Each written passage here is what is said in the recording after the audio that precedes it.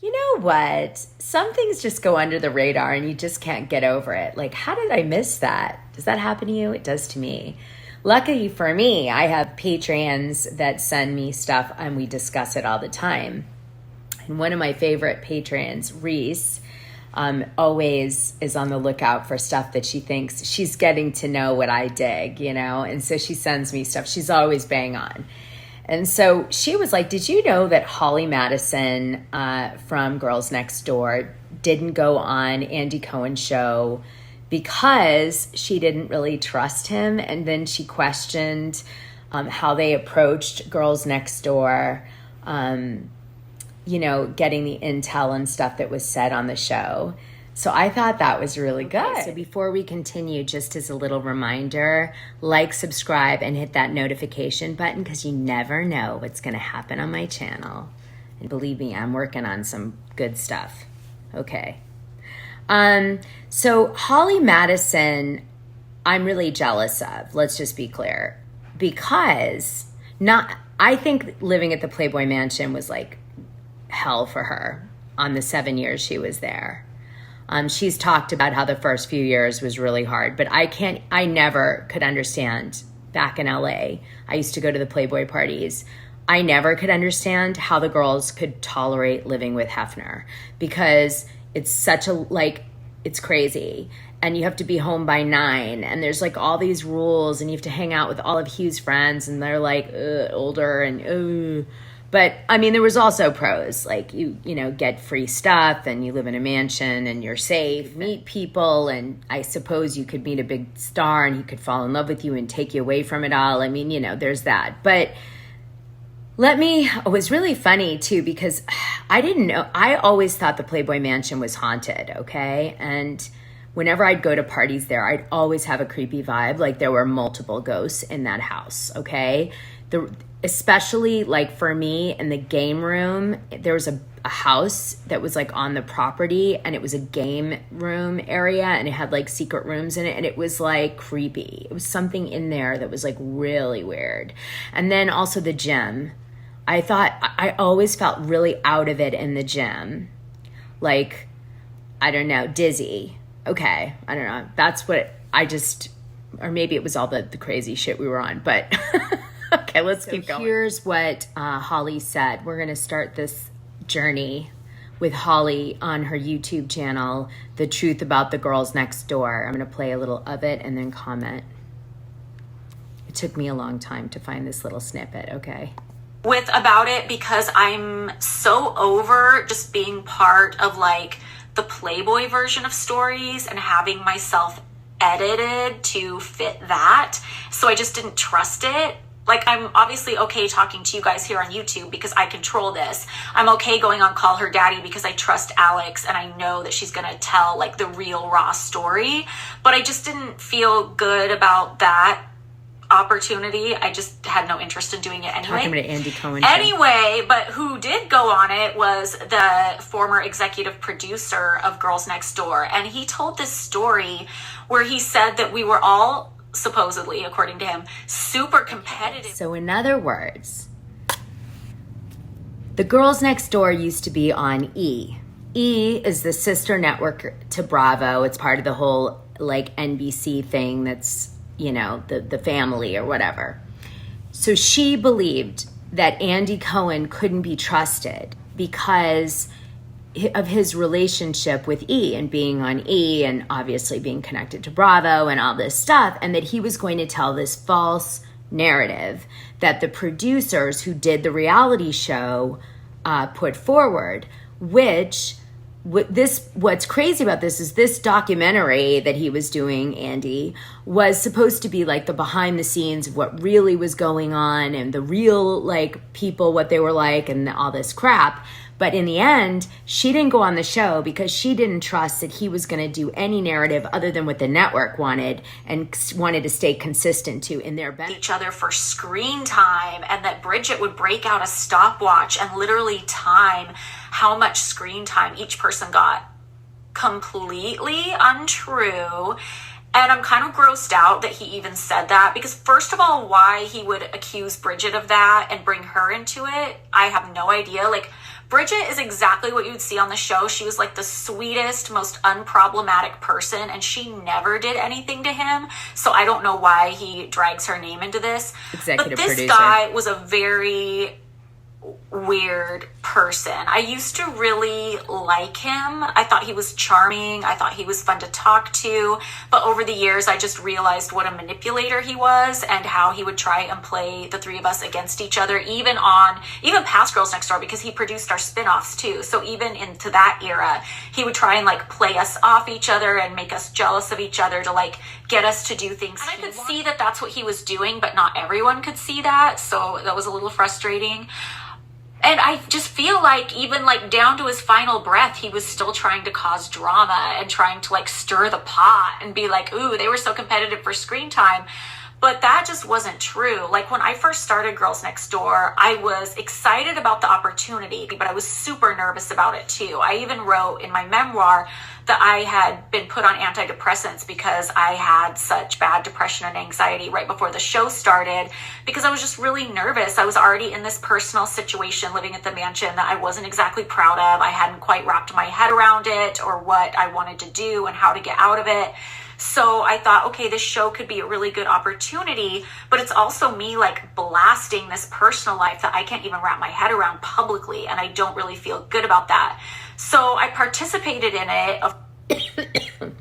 There's a lot of tea in that quick sentence she was saying. Okay, so she was really not proud of being at the mansion. She wasn't really digging that existence. She had already depression and anxiety issues, and this producer was, obviously like wanted to exploit the girls even more, and they were already being exploited. No wonder Andy didn't want her on his show. But we have the tea here, don't we? Because nothing gets by me. She says she thinks the producer's really gross, and this is why. He said that, and I think he should be ashamed of himself. You know what he reminds me of? If you've ever seen the Judy Garland movie where Renee Zellweger plays Judy Garland, they'll do flashbacks and have scenes with like Louis B. Mayer, who was Judy Garland's boss when she was at MGM. And the way that character acts toward Judy Garland, like that reminds me of him. Like it was just a very weird paternalistic relationship where he thought we were his puppets and he could like manipulate us to do whatever. Ooh, how glamorous reality kind of, like, TV gross, is. And I had to like cut him out of my life eventually. And I just think he's like, I know he's bitter at me and mad at me for writing the book, but for him to like bring up Bridget and say she did something she didn't do to try and make her look petty, I think is 100% wrong. And I think that's her messed and Bridget up. are tight. She throws a little more shade at Andy in the interview. She says, well, I would consider doing a reboot if it was different. Like it's basically all three of us together, but not at the Playboy Mansion, being bimbos, right? Treated like children. But she throws this shade, which I love at Andy. She goes, I definitely wouldn't do a reunion or anything like that, because we know who does the reunions, right? So, ooh, shady, Holly, shady. Okay. So jealous of Holly. Did you know she went out with Zach Baggins from Ghost Adventures for like 2 years? You guys know I'm a huge Ghost Adventures fan, right? Like I am so into the Ghost Adventures. I like have ghost apps on my phone. I have I'm mad into ghosts, just saying. Okay, not for this show. You guys like them too, because I did one YouTube. I did a paranormal one, remember, about Viper Club? You guys loved that. So you guys are with me on the paranormal. Yeah. The Patreon has all sorts of ghost stuff in there too, and aliens. I do everything in there. Okay. Let's continue, shall we? Holly does a seance with Bridget, and they actually speak to Hugh Hefner in the seance. And I thought you guys would get a kick out of me finding, it's a really long episode. It's like an hour and a half, the seance. But anyway, it was on Bridget's podcast. And so I found the snippet about them communicating with Hugh Hefner, and I thought you guys would love to hear the soundbite. So I'm going to play it for you. Okay, so before I play this for you, I just wanted to say that it was Holly, I think. All of a sudden, Holly's house in Vegas is haunted. And all of a sudden, she saw the deadbolt on her door shut. I don't know if it was her front door, probably her front door. And it like really freaked her out. So turns out it was Hugh Hefner, which makes a lot of sense because he's super jealous. And I think he had feelings for Holly that went a lot deeper than like it was presented on the show. Yes, here. Okay. Hef, would you be the one who did the deadbolt? That's a big yes. That was a big yes, and it gave me chills. Yeah, I got chills too. I felt like it cooled off. It got really cool. So They're with the psychic. What does that mean? The spirit might be here at the house. Something came up and said robe on my thing, and I thought that was really weird. And I was thinking, wait, why would Hef be the ghost here? But I guess it's possible that he just visits. I'm pretty sure he visits all of his old friends. Like, I'm not going to elaborate, but I'm pretty sure he visits. Again, spirits don't. If there's no time and space, they could be visiting you. He could be visiting you. He could be visiting China somewhere. So then Bridget has a dream about Hugh Hefner, and it's really visual, and she smells him and everything in the dream, and she thinks it's real. And Hugh Hefner confirms that indeed he went and visited her in a dream because he didn't say goodbye, I guess, to her properly.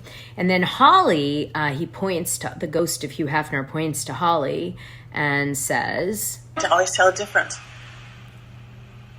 And he keeps pointing towards you.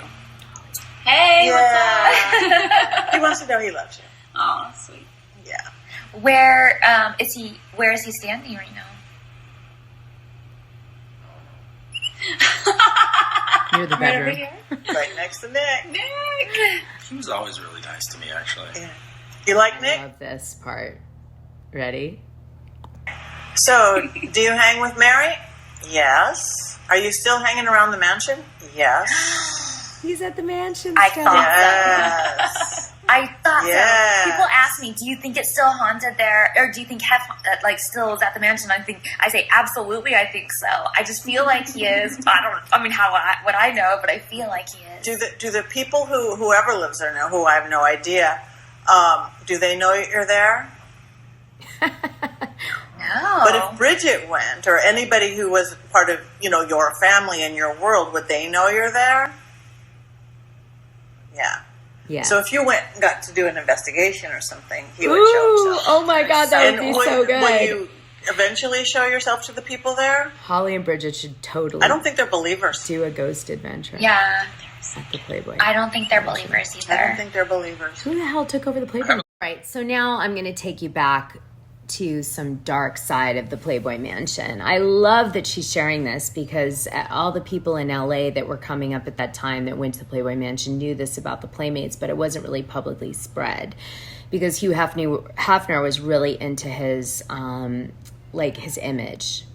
Anyway, the idea was that all the girls were madly in love with Hef, and he was like the god. And I think they one of his requirements probably with production and letting them do the show was that they would depict him in that light.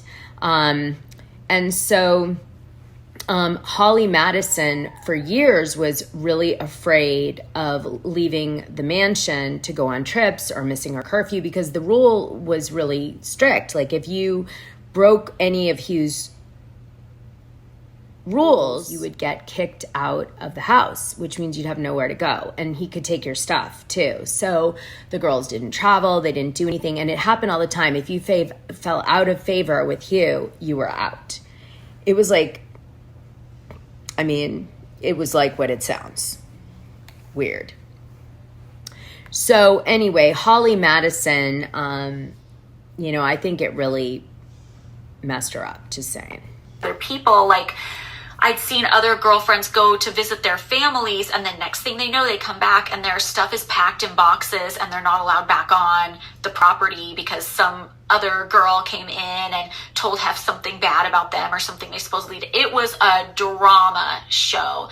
Like, if cameras would have been around, like, the first year I lived there, it would have been crazy. Like, it wouldn't have been Girls Next Door. It wouldn't have been a cute show that everybody loved, because I don't think anybody would have been able to, like, relate to it. But it would have been, like, a dark, depressing documentary, I think. Michael B. asks, did Hefferly drink Jack Daniels, or was that just a commercial?